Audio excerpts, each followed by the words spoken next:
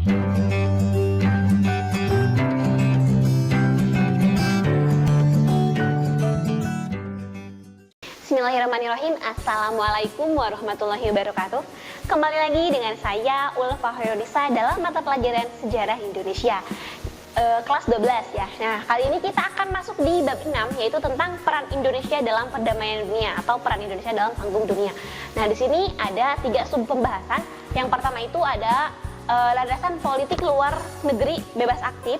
Yang kedua itu ada politik luar negeri bebas aktif dan pelaksanaannya. Lalu yang ketiga ada peran Indonesia dalam upaya menciptakan perdamaian dunia. Nah, pertama tentang landasan politik luar negeri bebas aktif. Nah, landasan ideal dan landasan konstitusional dari politik luar negeri bebas aktif ini yaitu yang pertama ada Pancasila dan Undang-Undang Dasar 1945. Lalu tentang landasan operasional politik luar negeri bebas aktif Indonesia itu yang pertama itu ada alinea pertama pembukaan UUD 1945, lalu yang kedua ada pasal 11 dan pasal 13 ayat 1 dan 2 Undang-Undang Dasar 1945, lalu yang ketiga ada ketetapan MPRS nomor 12 tahun 1966, lalu ada ketetapan MPR nomor 4 tahun 1978, lalu selanjutnya juga ada ketetapan MPR nomor 2 tahun 1983, lalu ada ketetapan MPR nomor 4 juga tahun 1999. Nah, yang pertama ada politik luar negeri bebas aktif dan pelaksanaannya itu seperti apa gitu. Nah, yang pertama di sini Indonesia ini selalu bersikap netral di tengah ketegangan dunia, yang mana pada saat itu adanya perang dingin antara Uni Soviet dan Amerika Serikat gitu. Selanjutnya juga politik luar negeri bebas aktif Indonesia pada masa demokrasi liberal ini menggagas adanya konferensi Asia Afrika dan gerakan non-blok. Nah, selanjutnya ada politik luar negeri Indonesia masa demokrasi terpimpin, yaitu menghapusnya imperialisme dan kolonialisme. Lalu selanjutnya politik luar negeri Indonesia masa Orde Baru ini menggagas ASEAN, ikut dalam APEC dan KTT, lalu adanya gerakan non-blok dan bergabung dengan OPEC. Lalu selanjutnya ada politik luar negeri Indonesia pada masa reformasi ini dipengaruhi dan disesuaikan dengan kondisi di dalam negeri Indonesia itu sendiri. Nah, selanjutnya ada peran Indonesia dalam upaya menciptakan perdamaian dunia. Nah, di sini Indonesia itu mengikuti konferensi Asia Afrika atau mengadakan konferensi Asia Afrika yang ada di Bandung. Lalu Indonesia juga ikut dalam misi Garuda, lalu mengadakan deklarasi Juanda, lalu masuk ke dalam gerakan non-blok dan membentuk gerakan non-blok, lalu masuk pada ASEAN, Association of Southeast Asian Nations, lalu ada organisasi masuk ke dalam dan membentuk organisasi konferensi Islam, lalu mengadakan Jakarta Informal Meeting. Nah, pertama tentang konferensi Asia Afrika.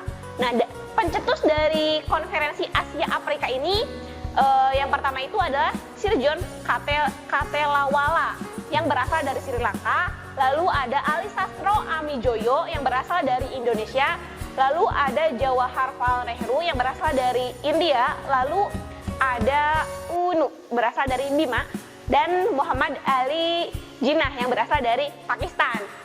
Nah, konferensi Asia Afrika ini dilaksanakan di Bandung yang bertepatan dengan tanggal 18 sampai 25 April 1955. Nah, adapun hasil dari konferensi Asia Afrika yaitu Basic Paper on Racial Discrimination and Basic Paper on Radioactivity atau Dasar Sila Bandung yang bertujuan untuk menciptakan perdamaian dunia. Nah, selanjutnya misi Garuda. Nah, misi Garuda ini merupakan bentuk dukungan Indonesia kepada PBB untuk menciptakan perdamaian dunia.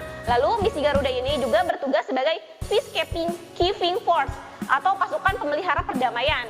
Nah, beberapa konflik yang pernah diredam oleh misi Garuda, yang pertama itu ada konflik di Kongo, konflik di Vietnam, lalu konflik di Timur Tengah sendiri, yang mana Timur Tengah ini selalu bergejolak ya.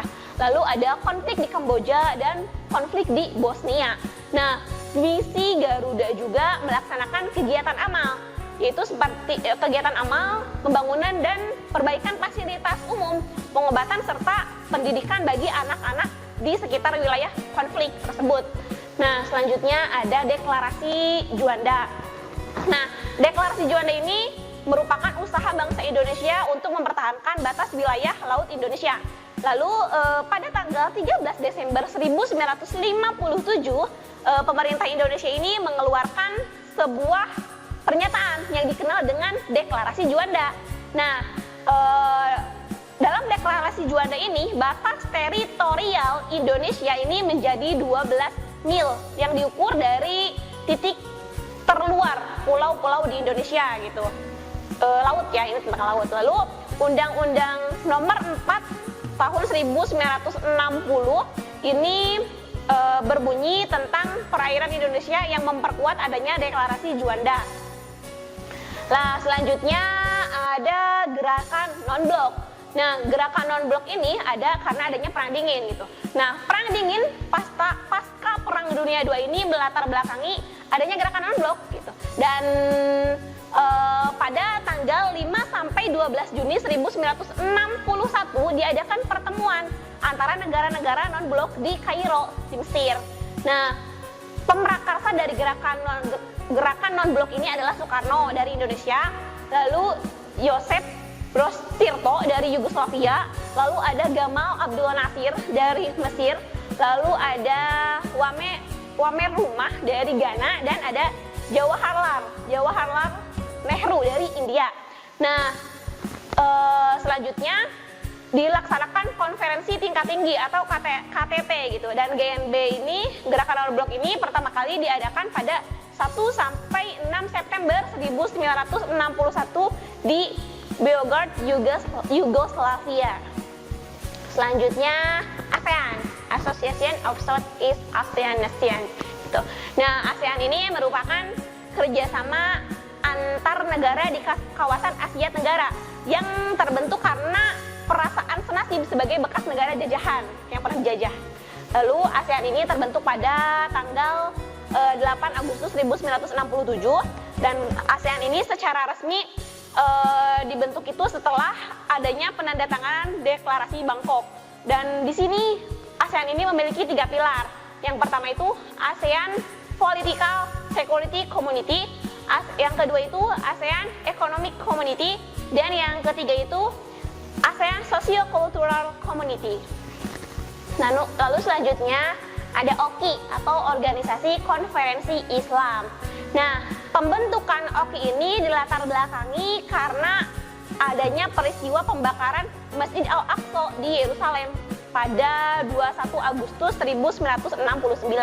Nah, OKI ini mengadakan konferensi tingkat tinggi pada tanggal 22 sampai 25 September 1969 di Rabat, Maroko, Afrika Utara. Lalu KTT, konferensi tingkat tinggi 1 Islam ini menghasilkan deklarasi Rabat yang menegaskan keyakinan atas agama Islam serta penghormatan pada piagam PBB dan hak asasi manusia. Nah, selanjutnya Indonesia juga mengadakan Jakarta Informal Meeting gitu. Nah,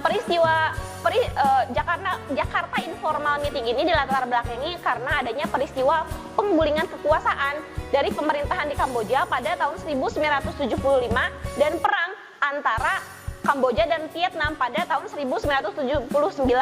Lalu Indonesia ini berperan di dalam penyelesaian konflik antara Kamboja dan Vietnam dengan mengadakan Jakarta Informal Meeting 1 di 25 sampai 28 Juli 1988. Lalu diadakan juga Jakarta Informal Meeting 2 pada 16 sampai 18 Februari 1989. Nah, selanjutnya hasil dari pelaksanaan Jakarta Informal Meeting 1 dan Jakarta Informal Meeting 2 ini dilaporkan kepada Menteri Luar Negeri Indonesia, yaitu Ali Alatas ya pada saat itu. Dan dalam KTT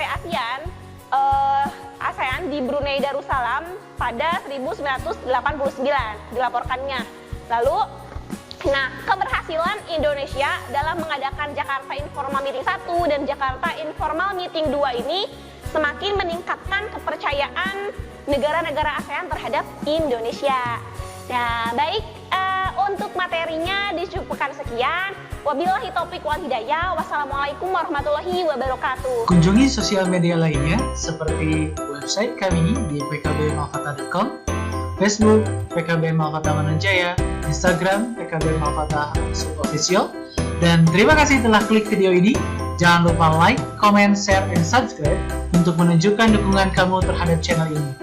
Enjoy the video PKB Malfata.